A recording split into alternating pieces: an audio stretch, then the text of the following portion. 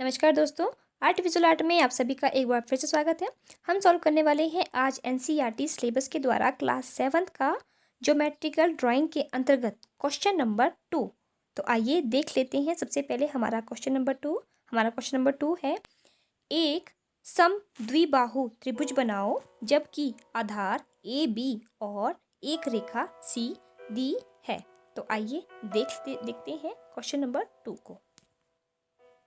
सबसे पहले आपने जो आपको क्वेश्चन में दिया गया है ए बी आधार, वो सबसे पहले आपने स्केल की सहायता से आपने ए बी एक लाइन ले लेनी है। तो ये मैंने ए और ये बी हमने रेखा ले ली है। और क्या दिया है आपको क्वेश्चन में एक आपको रेखा दी गई है बिंदु सी। ये आपको स्मॉल सी है, ये आपको एक लाइन यानी कि रेखा दी गई है और आपको आधार दिया गया है। और आपको बनाना है समद्विबाहु त्रिभुज जिसकी दो भुजाएं, समद्वि मतलब जिसकी दो भुजाएं बराबर हो, तो वो त्रिभुज आपको बनाना है। तो उसके लिए क्या करना है, आपने एक सबसे पहले जो आपको ये आधार दिया गया है इसी के बराबर आपने ए बी रेखा आपको ले लेनी है जो बिल्कुल इसी के बराबर होनी चाहिए और वो थोड़ी सी इस रेखा से जो है गाढ़ी होगी। तो इसको मैंने नाम दे दिया कैपिटल ए और कैपिटल बी।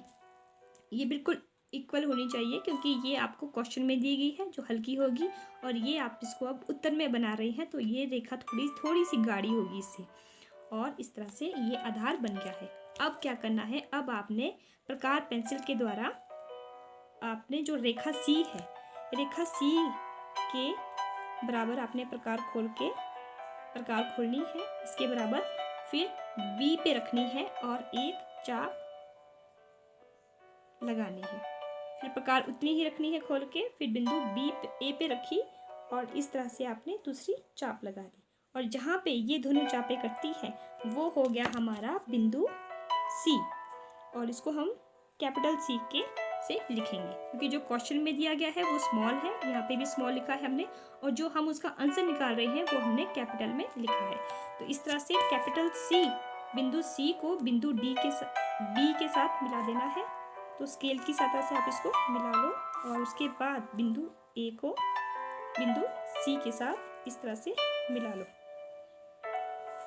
तो इस तरह से ये हमारी जो दो रेखाएं हैं वो इक्वल आ गई, जिसकी लंबाई हमें क्वेश्चन में दी गई बिंदु सी रेखा के समान है और जो इसका आधार है वो दिए हुए ए बी आधार के समान इसका आधार है।